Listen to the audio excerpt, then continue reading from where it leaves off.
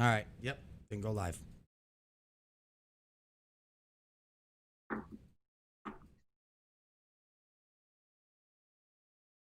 All right. I guess we're live.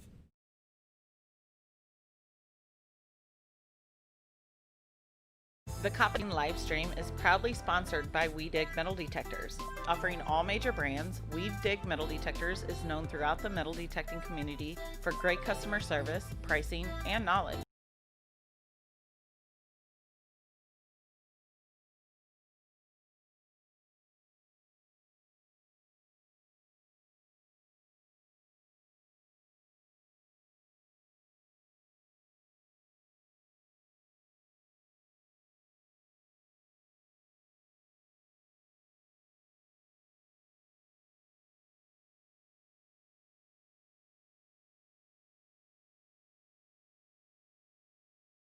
My apologies. We're good. What's up, everybody? Hey, what's going on? What's the word, everyone? How are we doing tonight? So we got a little bit of a different crew. Some people missing, some people new, you know, or return visitors. So, you know, it's an active crowd tonight. Chat room's filling up. All right, we're getting everyone in there, so that's awesome. DK, welcome. We are missing Trey tonight. He got married over the weekend. So Yeah, our eligible bachelor is no longer eligible and no longer a bachelor. how important us we are now because he's Right, gets married and ditches us. What can you do? right over us. Oh man, so obviously we've been having a heat wave over here on the East Coast, making digging a little bit hard. DK, how's it over by you? Same, you know, it gets hot for a few days and then it kind of cool down. We get a lot of thunderstorms. Our typical pattern is about thunderstorms about 3 o'clock in the afternoon. So the rain will come and kind of soak everything down, but it can get up to the 90s here, and Yeah, not too humid, but you know, not bad. that's good. Yeah, Hey, we've been ask him having to some chat 90 if plus there's an days. echo. Wow. Really hot. Yeah, Greg, you were out digging a couple days ago in that 90-degree heat, huh? Yeah, pouring sweat within seconds, and the hunt really only lasted 2 hours at most. It's an effective form of exercise, right? Yeah. Weight loss. Weight, definitely. Waters you take in, it comes out. Exactly. It's just a constant flow at that point. I'm a sweater too. Oh yeah. Oh man. So yeah, we got Ken on tonight. We got a whole crowd here. Andy's in. So we got more people in the chat filling up. We got Ezra, Marty, Mark. What's going on, everyone? Yeah, so a lovely Wednesday evening with Plug Life. Ken, so let's get cracking. I mean, what's new and shaking in your world? Got a lot of hype for the Fen Treasure video there, so I'm sure everything's a buzz right now. Yeah. You know, I've been chasing that treasure for about almost 4 years. And, you know, when it was recently found, that gave me an opportunity. I hadn't published too much on it. Not a lot of people knew I was into that. I published a video back in 2017 about a trip I took out to Wyoming to find the treasure.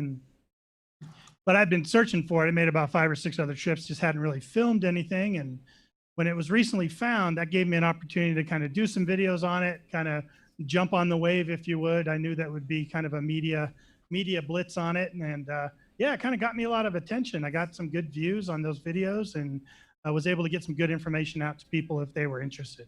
Sure. Yeah, that's so cool. What channel was it? It wasn't 60. What was it that the news channel you were on for that? Yeah, What it was coverage? NBC, the Today Show. That's so cool. I was gonna say 60 minutes, but Yeah. Very cool. Yeah, no, they That's got out. It is cool, man. I couldn't believe it. I was like, you really? You producer of the Today Show? Really? right? You You gotta want me to pinch run it? yourself. Yeah, and the way she made it sound on the email was like they were gonna like use this big old clip and flash my channel name across the screen and all this stuff. And what they ended up doing wasn't quite that spectacular, but I'll take it. It was cool. Right? You know, see that they did that. Probably the some of the best publicity anyone in the community has Right. gotten recently. That's for sure. You know, on a big scale. So that's great. Yeah, I had a number of reporters reach out to me, ask me for comments and statements, and I had a radio host here and kind of a big AM news talk radio here in Denver reached out to me and had seen my live stream and invited me on his show so we could talk about it, and we had a good time on that thing. That's super cool. Yeah, it was cool. Life Excuse of my Fen. ignorance. So you're located in Colorado? Yeah, yeah. I'm in Denver, Colorado. Actually, north of Denver, Oh, about cool. 40 minutes. Northern Colorado. Cool. That's where I hail from. Yeah. Yeah, so you're right, at least closer to the heart of the treasure, at least over there. Mm. I hope so.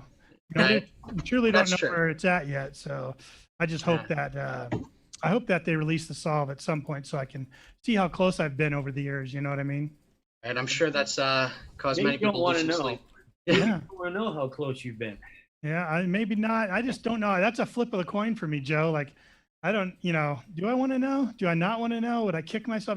Fenn said that he knows some searchers personally from emails he received. They've been within 200 feet of the treasure chest and have just gone too far, walked right past it. Just didn't realize what they were looking at. And so he knows from their solves that they've been close. And so the entire searching community for that treasure has been like, am I one of the 200 footers? You know what I mean? Right. Yeah. It's a new prestige. Bragging rights on its own. Right. Yeah. There's going to be 200 angry people out there. Right. From emails they Right. received, they've been Yeah. right. Oh, And I'm sure once the solve comes out, everyone's going to claim they had that solve. You know what I Oh mean? yeah, I knew that one. Yeah, I already yeah, know it. it I was just right you showed it there. to me first. Now, Ken, were you anywhere close to where they did find it? Like, were you on the trail at all, or you just you're way off? Yeah, they still don't know. They still didn't release any details as to where it was located. The finder has not released any details on who he is. The only thing we know is he's from back east somewhere. So back in PA area, or back in New Jersey, or back in New York, somewhere back east there. That's all we know. And Hey, he has yet to come out. There's a lot of lawsuits flying right now, a lot of crazy lawsuits, and wow, really? I'm sure that they're trying to duck. Yeah, some lady in Chicago is actually suing Forrest Fenn, saying that she had the solve on her computer, and this guy that found it actually hacked her computer and took the solve from her and beat her out there. Raced out there and got it. So she wants a judge to award her the treasure chest. So Yeah, you have yeah. stuff like that happening right now. It's probably I why guess- he's laying low. Yeah. He's probably a really good hacker though. yeah. Oh. Definitely. Right. Oh man, that's crazy. And everyone's gonna come out of the woodwork and try and, have some stake of the claim to it. And, Right. I mean, just to be 200 feet though, I'm sure that's, it's just like those signals, the what ifs that I passed over on that day. I was super Yeah. tired, it's Of course. Right. I bet you they happen every hunt for all of Yeah. us. oh yeah. Yeah, I Especially mean, on those I had a taste of that, but when I went to England last year, Yeah. we were in this field, and people were finding gold stater coins in this field. Wow. Amazing, right?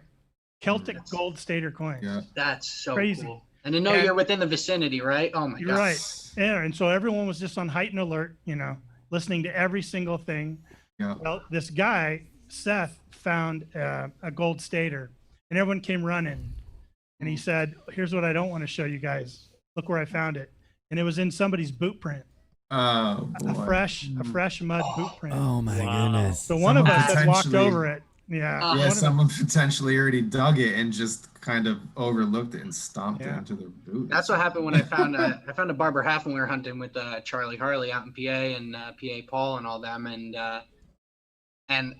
it was a screaming high tone on the Knox 800, and I was like, all right, well, there's a plug cut here. I pinpointed a little bit better, and it ended up being like, within a half an inch of where the shovel came down and where the plug was, and everyone's like, oh, it was mine, but it's just one of those things where Yeah, you gotta I make guess sure. we all have those similar stories because when I was down there with Eric in that Yeah. field, my cat bust half dime was literally 2 inches from a cut plug. So I don't know whose plug that was, but they missed. Oh, the Right? gut. The gut kick guy right started- there. This guy Seth quickly erased the footprint because he didn't want people coming in, and some of us saw it because we were first on the That's scene. mine, But that's mine. he didn't want people matching up and going, "No, it was me," Right. Yeah, it's one that's better left unknown for sure. Sure. And that's something I've never done is get out to England. I know Trey has, but Ken, what was that experience like overall? I mean, that's just a whole nother ball game. Yeah, it was like what a lot of them say about that it was going to be. You get Mhm. spoiled. Yeah. Because every single, first of all, the amount of land we had to hunt was just completely insane. That's We were awesome. going down a country road. Guy in the van was pointing over there. He's like, we have that 300-acre field right there. The field behind it. This one over to our right. the one in front of it, the one behind it, and 2 more behind it, and then 3 more in front of it. And it was just like, thousands and thousands of acres available to us. Now in this land, there was an old pub. They find a lot of this here. They find gold staters here. They find a lot of Roman over here. This used to be here. Like it was just insane. It's so freaking cool. That's awesome. So And was that every metal target. detecting holidays you What's went that? to? Was that metal detecting holidays that you were at? It was not, there's metal detecting holidays. The one we went with was the Colchester metal detecting holidays in England. He differentiates up a little bit. So not metal detecting holidays, but metal detecting holidays in England. And it's the Colchester Metal Detecting Club. That's cool. Yeah. So when you Now- sign up, you become a member of this club and you get on the forums and you talk about it. And it was top notch, man. They brought us over and picked us up in vans and took us to the place. And we dropped our gear and went straight to the fields. That's And so cool. we didn't mess around. It was just sun up, sundown, detecting nonstop. So what was your best find out of that trip? Probably a Roman coin, Cool. coin and an old William III. It's a bunch of farthings and Yeah. a bunch of old buttons and stuff like that. Nice. I didn't knock it out of the park. A lot of other guys in my group absolutely did. There was 8 pieces of gold found and a Wow. bunch of old Iron Age and Bronze Age items found. All the gold were coins. Yes, all the there was 1 gold ring found. Okay. There was a bunch of gold staters thing, a pair of gold cufflinks that had Nice. dates on them and monograms on them. And Dates. then there What were the was, dates on the cufflinks? 1870s, 1870s. Cool. That's cool. So it had to be I love somebody's that. wedding. It had to be like some wedding things. Yeah. That's what we were thinking. Mm. But no, Missouri Mike knocked it out of the park. He found a 5th century hammered Roman gold coin. Wow. Hammered and gold. Holy- You just And- got to retire at that point. Oh my gosh. Yeah. That's wild. That's Wow. so cool. He Now- was so sick, man. He was so sick the whole trip. He had gotten sick right Oh, as we no. got there. He was going to cancel, and he said, "I just got to go." And he spent most of the time in the van, and he'd come out, and he was just as Sucks. green as could be, and everyone was feeling so bad for him, but not bad enough that we wouldn't go to tech. We were leaving him behind. You When I got to see be in Mike- bad shape for everyone else to hold back from the tech. Right. You gotta Yeah. be really. It's like his hurting. Michael Jordan flu game, right? I mean, he came out and made the best out of it. Right. Now, let me ask you this. How much modern did you have to go through when hitting these targets, right? Because, I mean, we run into that in the field, so we're finding, colonial stuff but with that much more history compacted on top of it, are you fighting through a lot of modern? No, Not in those huge farm Yeah, fields, not, right? not at Yeah. all. Occasional good. some iron stuff, occasionally. Now, I'll say this.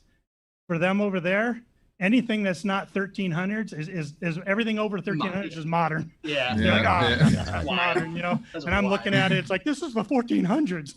I'm in the 1400s right now, And they were like, they just toss them in the hedgerows over there. I mean, they Wild to think do about. dig so many greenies, they call them greenies, so many old coppers that they throw them. They just don't. That we The get old excited about world. on every target, and then it's Yeah. one man's trash, right? I guess, if you will. But Yeah. that's awesome. Old world versus new world, I suppose. They said don't throw away anything. That was the big thing. And my buddy Yeah. Kevin with Potter County Diggers, Mhm. he got this. It looked like a hose spigot off a like a T handle off a hose spigot, and it was all corroded.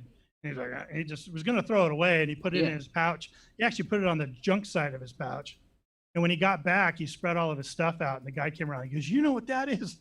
That's a 1 BC sword Killian, a knife Killian. It's like a sword guard for a knife. Still had a piece of an iron blade in it." And they were all flipping out. He got the Wow. the ugliest That's- find and the oldest find. And he thought it was Wow. junk. He was gonna throw it. Oh my God. And it's crazy how many, you always look for coins, buttons, like identifiable relics that you have some sort of different hierarchy of rarity, but it's sometimes in just the most random stuff you find the coolest things that are covered in mud, and then you get a name off of it or a date off of it or something like that. And Yeah. it's I always have to check myself when I'm just like throwing scrap into my bag and stuff. I'm like, all right, I have to earmark that one for later. Where you get home and you kind of clean it up and you're like, wow, I didn't even know I had that. Yeah. Right. Yeah. You never know what Danny Button's going to be a GW, right, Greg? Right. Yeah, words I mean, start that- coming through. You're like, whoa, a date Right. comes through. Yeah, Like, wait a yeah. minute. Oh, it does say something. Yeah, yeah, it's so neat. I mean, it's everything. Every plug is a surprise, right? Yeah. Ugh. But no modern, Yeah. man. I'm telling you, there just wasn't much modern. We went to one site. It was behind a McDonald's, Mhm. and we were in this field, and it was the most rough plowed because most of them are plowed and rolled, and they kind of time that out. I mean, they had just endless fields. They just didn't have one area with all those fields to go to. All those fields times, something different every day, Yeah. like that. So we went to this one field, and it was crazy. McDonald's, like they had just threw a bunch of their trash over there, and so in that field, we were hitting a bunch of junk. But we stayed there for only about an hour, and the organizers looked at us, and they knew it too because they were hunting. They're like, "You guys want to stay here?" And we're like, "No, not really."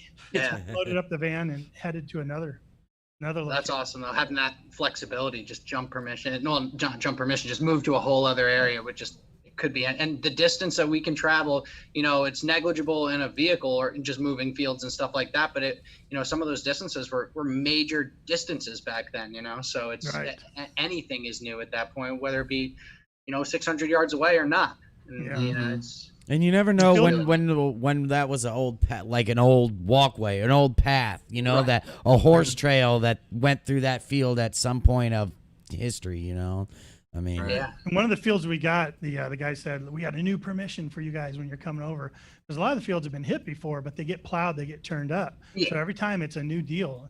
But he said, "We got a brand new field and it has a Roman tumulus on it. So that's an old Roman burial mound that they had already discovered it." But you're right, Andy, like all those paths that went to and from that thing and around that thing, we were all excited like crazy. And we actually didn't find a lot there actually, but in the field in front of it, people were tearing it up. So That's you just awesome. never know. You just never know where you're going to find it. A Roman burial ground, you said? A Roman burial mound. It's just like Oh, a mound. big mound in the ground. Yeah. And That's when I so looked at old maps, I could see it. It was listed as tumulus and on all these old maps from the 1800s. that's And, of course, it dates. The area we were in was an old Roman settlement. So it was really big on the Roman. The Colchester area was really big. It was one of the oldest cities, oldest recorded cities in all of Britain. And had a lot of roads coming to and from the major Roman capitals. That's so Cool. cool.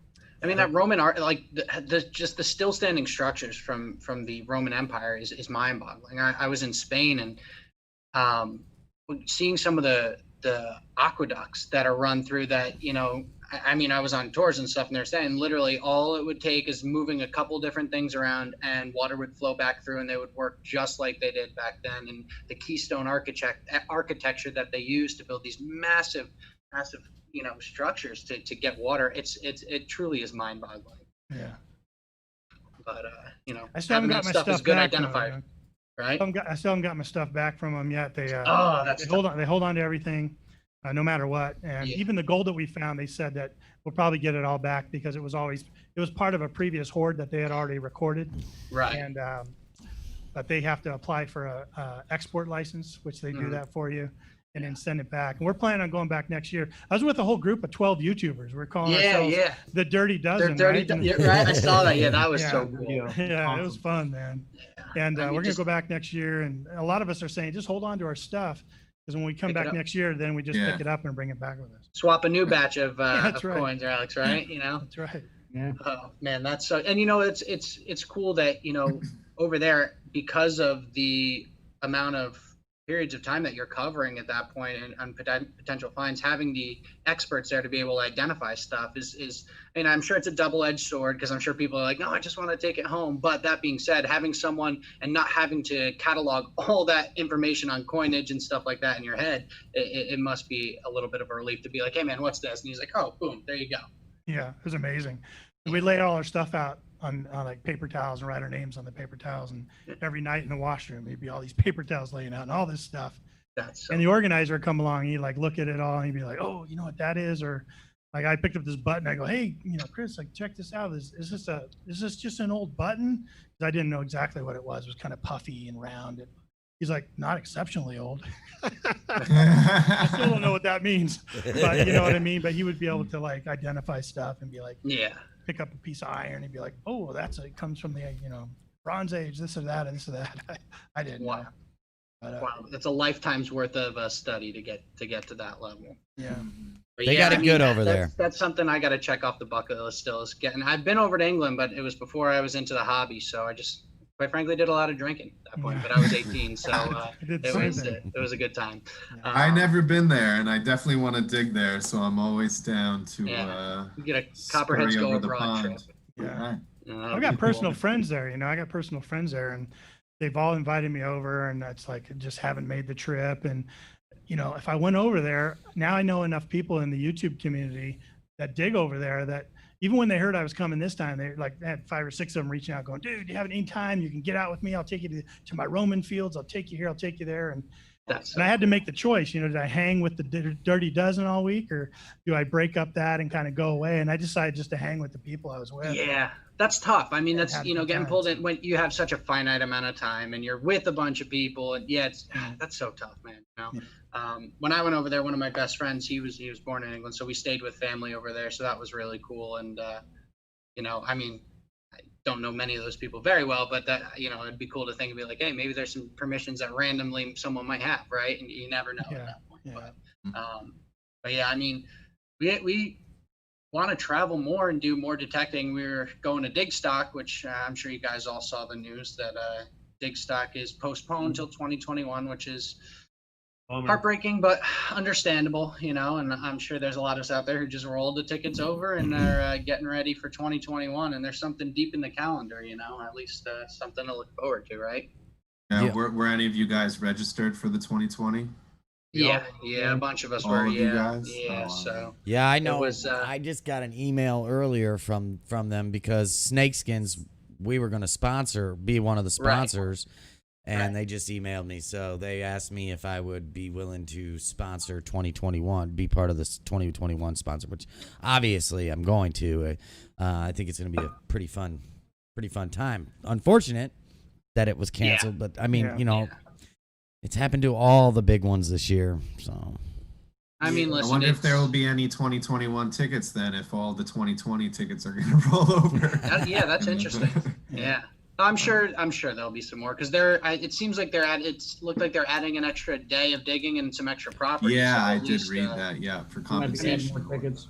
more opportunity at least, but more bang for your buck. But yeah, no, that stinks. But hopefully we'll get out to some more events soon. I know there's some down in Virginia Beach. Matt Howell's having one. There's supposedly one in PA that was going around the same time as Digstock. We'll have to check that out, see if that's still on. But I don't know. Fingers crossed for any sorts of events at this point. I mean, from a business perspective or a social distancing perspective, it's tough. I mean, Trey had to move his wedding. I postponed my wedding. It's one of those things that we all just gotta roll with the punches at this point and just be grateful we can get out and detect. Yeah, absolutely. That's the other downside that the people abroad have been dealing with, right? Is not being able to detect legally at this point. So you gotta count our blessings there, right? Yeah.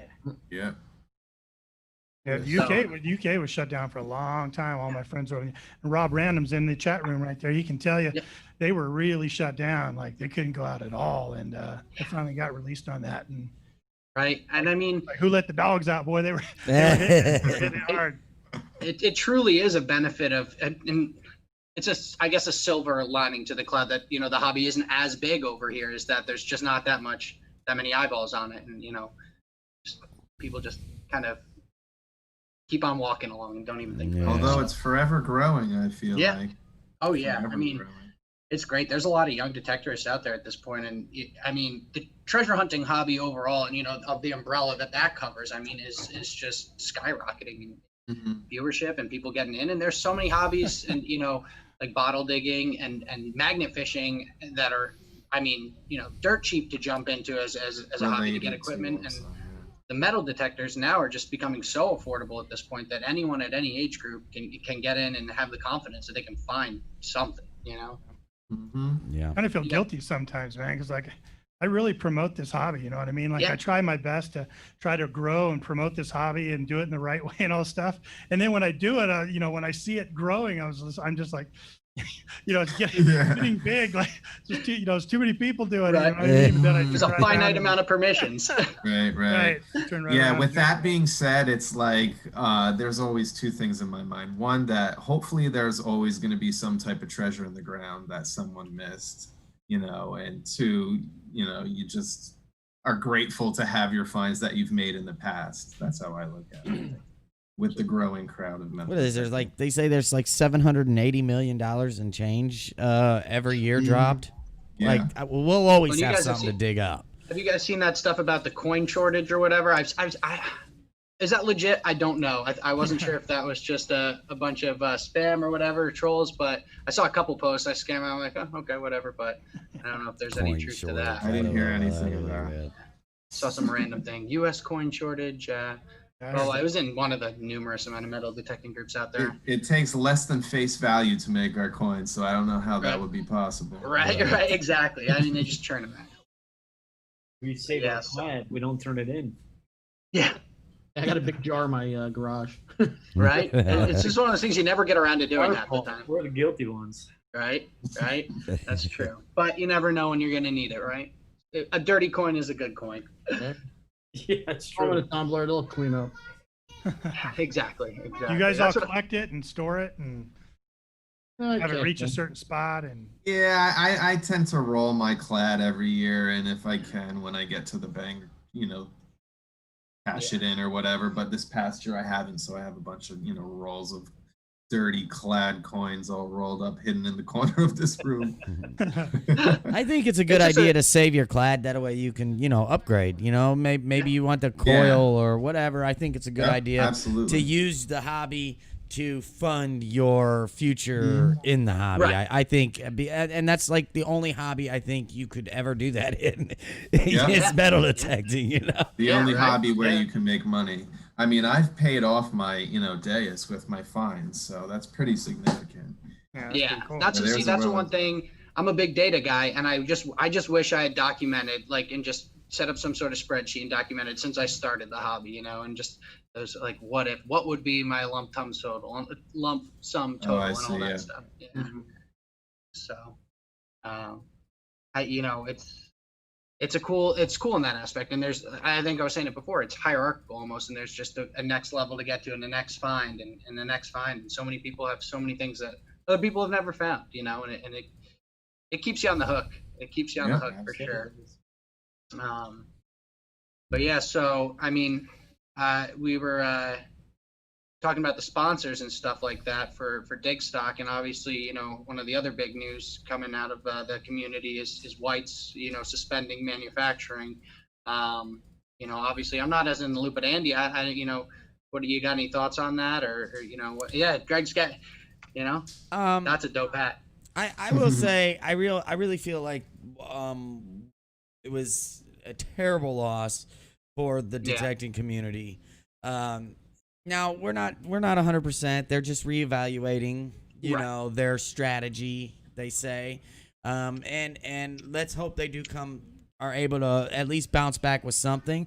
I feel like White's great American brand, you know, paved the way for the hobby. Started so much along with Garrett that that it'd be a shame to lose them. But at the same time,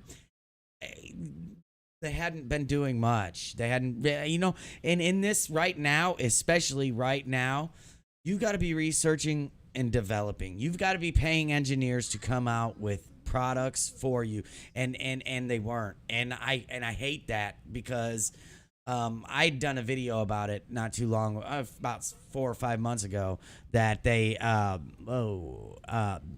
what the heck? No, I had done a video about 4 or 5 months ago, and they about you know how they needed to step it up with that when they released the GMX Sport, and it was basically a wrapped up, you know, Goldmaster 24K or whatever in a MX Sport body, and I just feel like they really needed to do something different. It's too bad because they were a great American company, and really it's sad to see that. Yeah.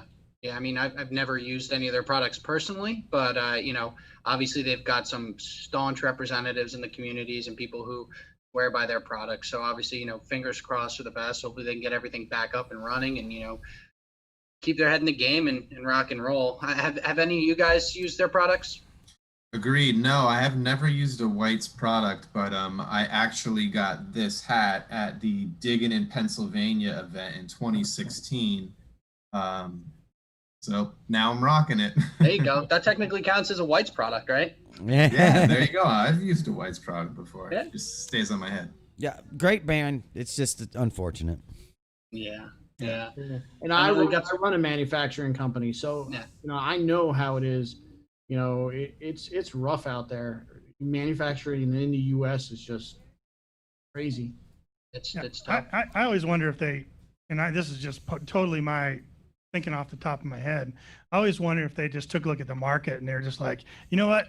I don't really want to come out with a new machine that drives into the ground, profit margins, you know what I mean? And Right. Eric, with you being in manufacturing, you could probably understand that. Like, you don't want to, if you're thinking, okay, the future is I got to come out with a product that is going to be incredibly cheap, has all these features, and with very little profit margin to be competitive.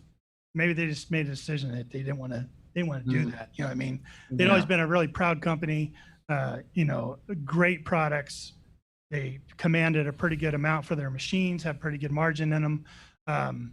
Maybe they just decided, look, I don't want to take my company in that direction, Yeah. I had never that's thought about it like that, Ken, development. and that is actually a really, because what's happening right now is products are being packed with features, and they are low cost. They really are. Like the Simplex, prime example, great machine, but not much profit margin for dealers, and packed full of features. Yeah. Yeah. Yeah, it's tough. It is, but Now they got different on the UK. Is White's different in the UK than here? Are they work independently, or are they all ran by Mike White? I don't know. I thought I heard somebody say on one of the forums over in the UK that it was different over there. That the That's interesting. White's, So they UK might just White- it might be thriving over there. Hmm. I mean, Huh. guess that's the upside of a global market, right? But that'd be interesting. I'll have to look into that. Yeah. Rob Random, if you're in the chat, let me Yeah. know about that. Wow. Yeah, it looks I never like thought a about couple that. people are big fans of the TRX head or pinpointer. I personally, that's something that I've personally only used the Garrett Carrot. That's something that I think I need to expand a little bit and try some different things out. But I know Eric loves the you got the Mind Lab one, right? Yeah, The the Profine. Profine 35. Yeah, Yeah. I Right, what love do you that. run? I love the Profine 35. Pointer. Yeah. The Garrett Carrot, Okay. but I do. I mean, I kind of want to try the. I think it's called the MI6 or M16 pinpointer for the Deus. Yeah. It it hooks up just like every piece that goes with the Deus right Yeah. into the earphones. Mhm. Just haven't gotten it yet. Yeah. True. I mean, if So you with don't that need being to- said, I will say the Garrett Carrot is pretty dang reliable. I mean, I've only had one ever, and I got it as soon as it came out. I used to have the black version. I think it was called just the Pro Pointer or Pro Pointer 2. Yeah. And the Garrett Carrot was just a waterproof AT Pro equivalence upgrade. to that. Yeah. No, it is a great pinpointer, and just one of those things where until you need another pinpointer, it's not something it's like you don't think about it as much. But I know we try and carry a backup detector every time we go out just in case of emergency. But that's something I really don't think of, and I don't carry an extra pinpointer. Yeah. That I don't know Profine if anyone- 35, like Eric said, it's a good one. It's got about the same depth as you can get from a Carrot. Yep. It's got the iron beep or the iron That's whatever they market it as, which is really cool because what happens is when you come in a hole and you're on a piece of iron, it like double beeps, it double. Okay. Right. So it discriminates the iron in the hole, which is pretty cool. It has falsed once or twice on me, but there was also iron in the hole, so I don't know if it was falsing or but you got to be right up on it for the iron. So, but it's a good pointer. It really, really Yeah. is. Pointer. That's interesting I like to it hear. better I don't think than I've ever heard of a pinpointer that discriminated. Yeah, it's cool. I think Trey uses that as well, and you do, Eric, as My well. Right? CPX. I ordered one with my. Yeah. Oh yeah, I forgot about that, Joe. Yeah, you did, right? So that's the thing. I think that's the only piece right now. I mean, got my detector, my headphones are Mind Lab as well. I think that's where my brand loyalty is balanced because I had the AT Pro, so I was Garretted out when I had the AT Pro with my Carrot and my AT Pro. Now I'm dual wielding brands, and got to represent both either way. But yeah, that's something if I did, I think I would go with the Profine next, just to completely make the MindLab uniform package there. But Well, you guys got a discount code for anybody. oh yeah, absolutely. So- Copperheads on Andy's site, wedigmetaldetectors.net. Yeah, slam that code in there. Buy some new pinpointers. It seems like there might be some people in the market there.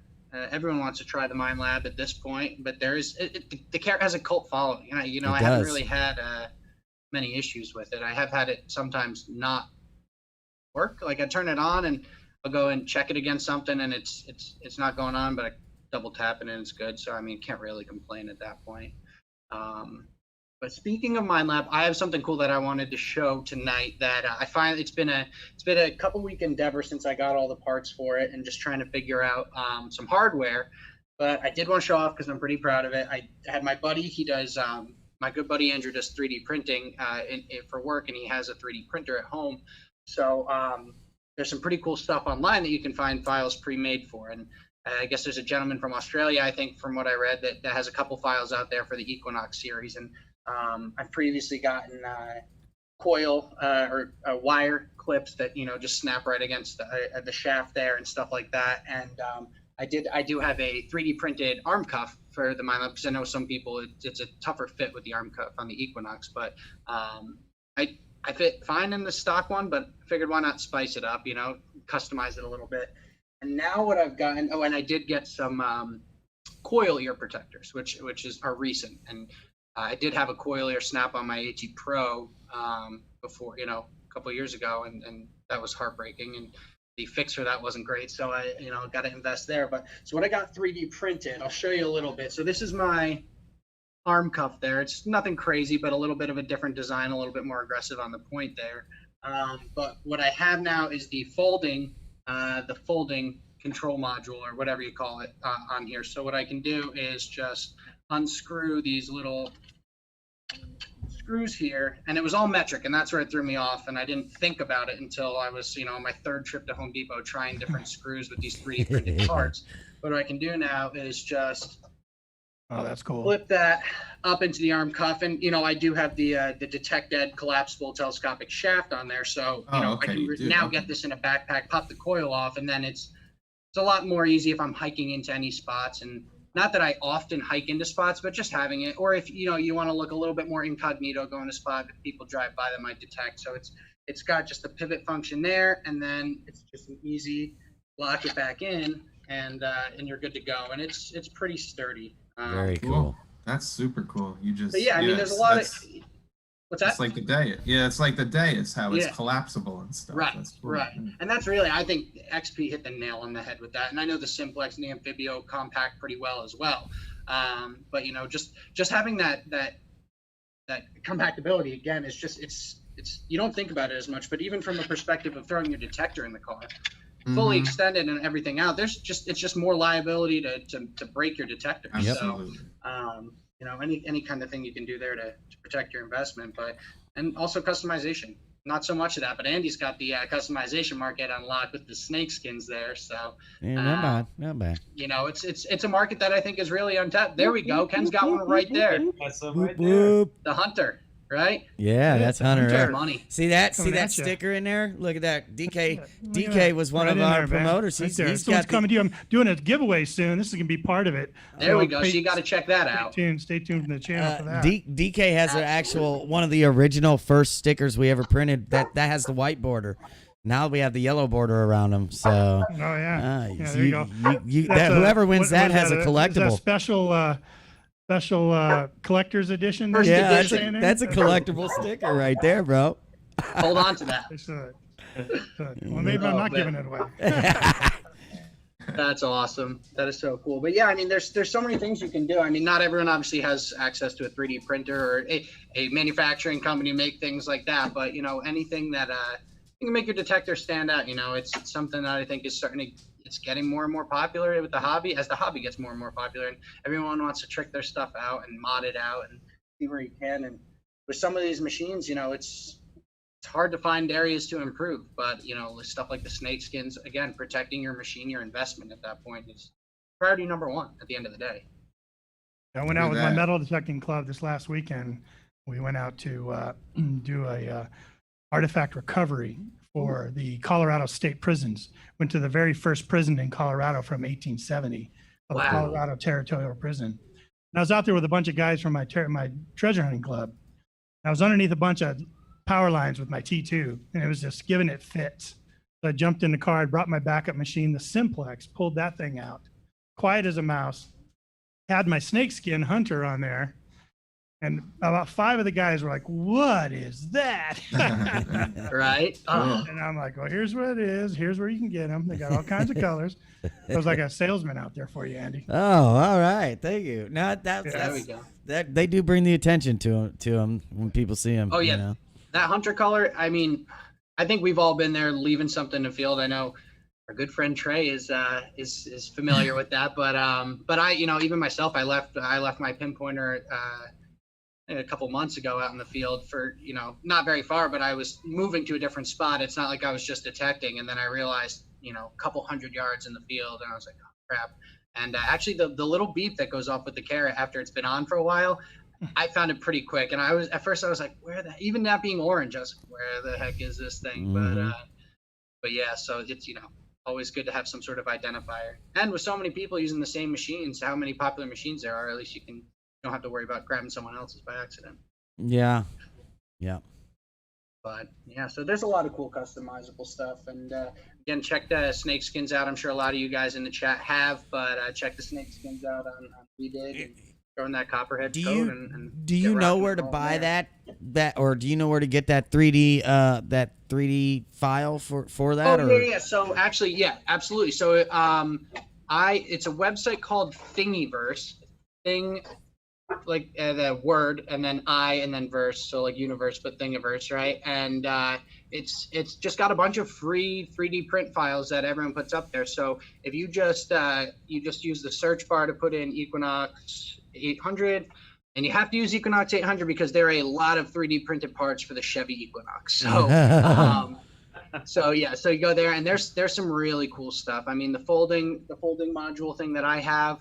There's coil yoke protectors. There's battery charging area covers, coil stiffeners. I actually got some coil screws reprinted as well, just as backups, because, you know, God forbid that ever breaks or something. You know, at least you have something to replace it with. But there's a couple different versions, and the guy who did the fold down module, I give this guy all the credit in the world because he did all this work. And I don't know who he is personally. It's Ghost JNR on Thingiverse. He's got a lot of stuff out there. So if anyone ends up printing that stuff, just hit me up, because I did figure out the measurements of the hardware, which is a frustrating process. And I think I got everything to a T, and one screw had to be trimmed down a little bit, but that was it. And no smooth sailing after that. So yeah, pretty cool. And thank God for the internet for so much stuff out there, right? Yeah, for sure. People have the free time to put it together. But yeah, so the one cool thing, Ken, that, you know, your channel does that I really like, and I think it's such a cool aspect of the hobby, is just highlight it. You know, it's like Sports Center almost, you know, with you highlighting everyone else's clips and getting everyone a shout out there. How did you come up with that idea in general? Yeah, so I was pretty early on in my channel. I was trying to think of something that I could do that would contribute to the community and kind of, you know, help myself get to know the community and also give them some kind of value. And I was like, well, they're probably not going to get a lot of value from just watching me go out and digging all the time. You know, a lot of people like that, but I mean, is that the best way I could kind of get to know everybody and kind of contribute also? And I was like, you know, maybe, you know, I was thinking about different like shows I can do, you know, something I could repeat. I knew I wanted to post every week, and I was like, well, I'm not going to have content every week either. Right. Then I was like, wait a minute, everyone else is producing all this content. Why don't I try to produce a show where I use some of their content? And I didn't know the legalities of that or anything like that. It was just an idea. And I said, you know, then maybe I could showcase them in kind of a news program. And then also, you know, kind of that would give me content, and I could just showcase them, and they would get to know me, and I'd get to know them, and people would watch, and they would get to know me, and I would kind of get into the community. And that's really what started it. But it was that first show, very first show, I had to have permission. I knew that I had to have written permission. Now I've learned a lot more since then, but Yeah.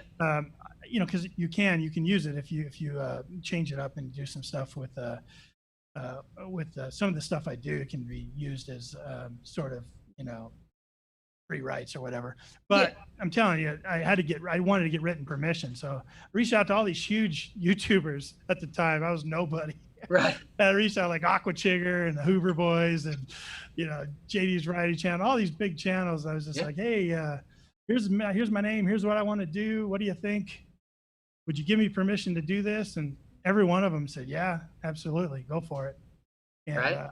And then once I had that first one built, I had something to show somebody else, you know. Went to the next four. I was like, hey, here's kind of what I just did. These guys gave me permissions. Can you give me permission? And then I just started building those permissions and started featuring people.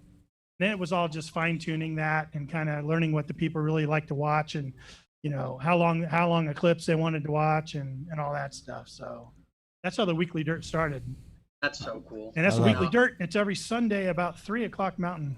Boom, check him out. Yeah. I'm sure that vast majority of everyone in here knows you well, but always check him out. And, you know, I mean, we've been featured a couple times, super appreciative of that. And it's great to get other people's exposure out there. And, you know, you don't have to be part of a multi-thousand subscriber YouTube channel to be finding some really awesome artifacts, relics, and coins. So, you know, you want to get that out there and people to see it regardless of how big your channel is and, you know, support other channels in the community. So it's, Yeah, it's and I will tell people out there too that it's not always about the find. You know, I really like showcasing channels that are maybe unique or maybe bring something different to the game, and I like to showcase those channels to show people, introduce them to this, you know, how they put their videos together, if it's really cool, even though maybe they're not finding a ton of great stuff right now, how they're producing their shows are really great. Sometimes I'll feature them just because I want to introduce that production value to people, because I know people would jump on for that. Ultimately, it's, you know, it's to promote the channels I feature. Of course, I always offer that out there, but no one has to. I mean, everyone that watches the show, they have to make their mind up whether they want to go support that channel or not. I sure hope they do, but you know, it doesn't always happen. And yeah, so don't think you always have to be finding the greatest stuff out there for me to feature you. And if I have never featured you, make sure you get a hold of me and just make sure that I'm watching your channel. I think I subbed to about 900 channels right now, but make sure that, you know, I know who you are and stuff. And especially if you have a exceptionally video you think I should take a look at, let me know. DK, I don't get to see them all. Yeah.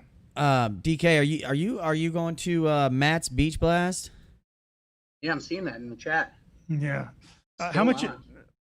is Matt? Is he in there? Yeah, he's there. Yeah, Is he still paying me $300 to come to that? there we thing? go. I don't know. Yes. A feast No, in you your know, name. are you kidding me? That sounds like an amazing event, and I will try my best to go to that event. I think we talked about maybe places to stay over there, and you know, a bunch of people involved in that, and it's just hasn't been something I've confirmed yet. But I would definitely like to go to that. It's on my list of things to try to make happen. Airfare is really good right now, so I'd love to go. I think what he's putting together is absolute fantastic Yes. event. I Yeah. agree. Oh, I absolutely. agree. It's something that's not really been done to the scale, and what he's doing it different than a lot of these hunts that are being put out. He's put a lot of effort into getting really good speakers. He's put a lot of effort into getting people food and, you know, like good places to hunt. You know, being able to hunt after the all the, you know, speakers and stuff, and then being able to get hands on with all the people out there. Matt's doing a really good job of that, and it's pretty exciting. So Yeah, sure is. Yeah. And he said he's going to give you 3,000. I gotcha. Perfect. There Thanks, we Matt. go. $3,000, you better That's make it. the He's going bought your rate. airfare. No, it Oh, sounds man. like a great event. Yeah. And for those of you in the chat or those of you watching maybe that don't know about that, Matt, you should throw a link up in there in that chat room to get people over to that event.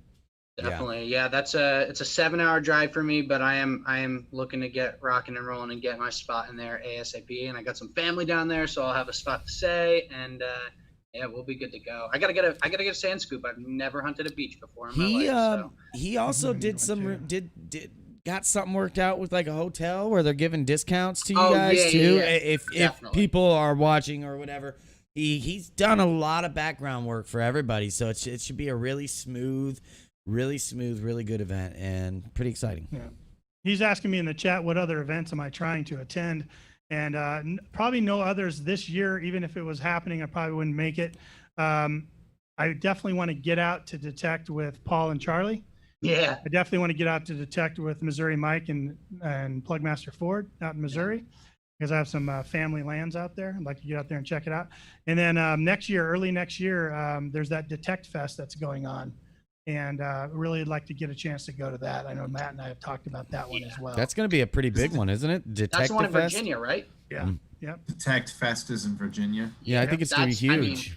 the fact that they're hyping it up this early, you know, it goes again, well put together events like Matt's and this one, you know, you can tell, and Digstock even, they look great, you know, solid, that they're getting everything put together and having a solid format and structure to it so that everyone will have a good time and get out there and no chaos, you know, Yeah. which I'm sure it is easy to happen, but either way, they're putting in a lot of good work and got to think- thank them for it, because there's a lot of times like now where fields are all high grass or corn or whatever it may be, and the door knocking's at a minimum, and you know, having something set up like that to get a permit just to get out there, right, and just be with people in the hobby, you know. I think we're the only hobby or only people that gather that leave the place cleaner than when we got there. You Right. know, Right. Much cleaner. That's yeah, true. absolutely. we're Oh, actually man, going to like a help you Ford clean up. Focus, just taking away trash instead Yeah. of leaves. Yeah, between those events and going back to England next year, which are supposed to be going in the fall, I'll be broke. Yeah. Oh my Yeah, God. that Yeah. 3,000 will come in handy there, Matt. Yeah. Can I get an Yeah, that advancement sounds like on a that? good year lined up for some travel and detecting Yeah. there. And I highly recommend getting out with Charlie and Paul. They put us on some great permissions, and Yeah. obviously they're just a wonderful group of people to hang out with. I mean, just absolutely class acts, and you know, always fun, and get some chops busted, and you know, put in a lot of hard hours out there. But you know, Yeah.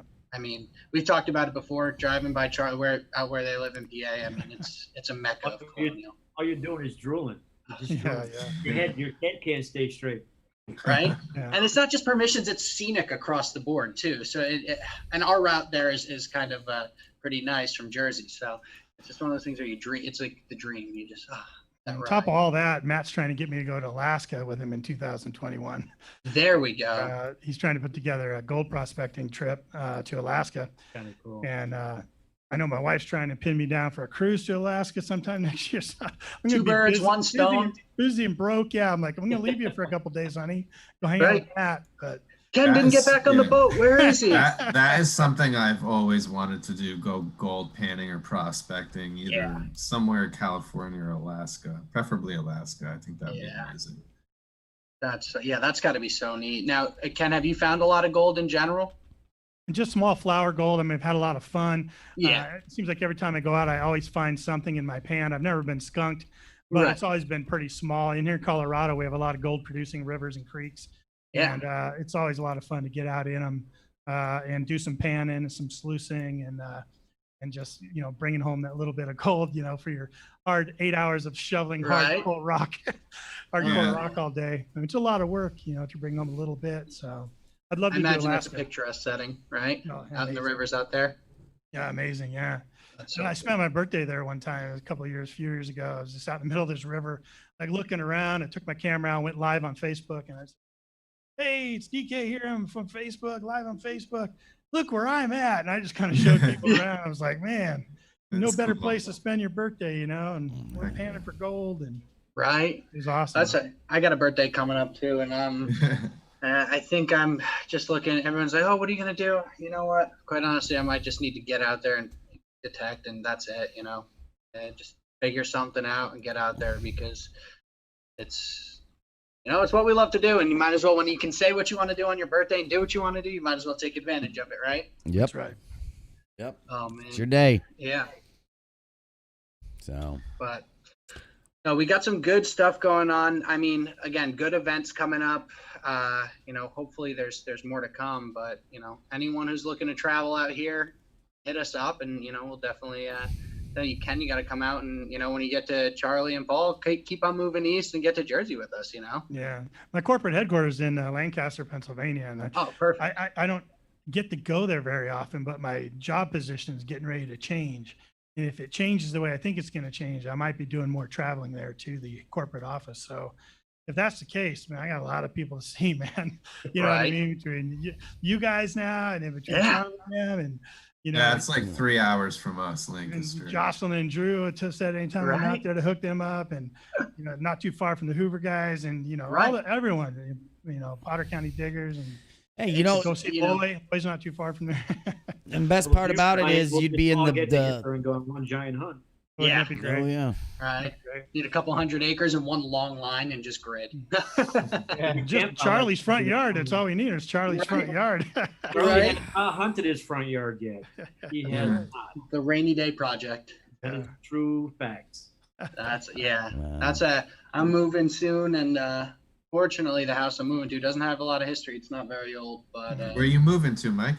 just back into Sussex, actually, back into Sussex County. So I'm going to be in Stanhope, actually. So Oh, good, good, exciting good. there. So the house is 1975, but you know very well that I'm still going to be out there very early. Oh, please, Sussex County. There was something older than Yeah, 1975 on there. Exactly. So I'm definitely going to be hitting that at least to state some thirst for hunting, getting out there. I haven't been out in like a week, 2 weeks at this point, a little bit longer. So it's the itch is getting serious at this point. Mhm. Yeah. Got The some itch Silver is now, real. see you, Matt. Circulation then. Yeah, Matt. What's that? Talk to you later. You know, silver's Now. still in circulation then. Oh yeah, absolutely. Well, absolutely. That's the nice thing, right? Is that even if you're not hitting a super old colonial or 1800s property, still silver to be found. And I love me a mercury dime at any time, you know. Yep. So and the jewelry prospect as well. There's always cool stuff to find. I mean, And when things are rough, silver rosies are always okay too. oh right? yeah, absolutely, absolutely. I'm just a fan of the design on the Merc, but yeah, I'll take a Rosie every single day of the week, you know. Mhm. Now, Ken, you know, I know our time is almost wrapped up, but just a random question popped in my head. How often do you hunt with your club versus, you know, solo at that point? Mostly solo or with my buddies. Yeah, the club, you know, hasn't gotten together. They usually would do it when we could all get together. They would usually do a hunt a month, usually the Sunday after their meeting, their monthly meeting, and it would always be like a some kind of seated hunt that they would do. So just to get together. But I do belong to this special team called it's called HART. It's the Historical Artifact Recovery Team. And every now and then we get enacted by somebody, like somebody will call us up and say, bring out your HART team. And we want to try to capture a bunch of stuff in this area before they tear it up, turn everything in type of thing.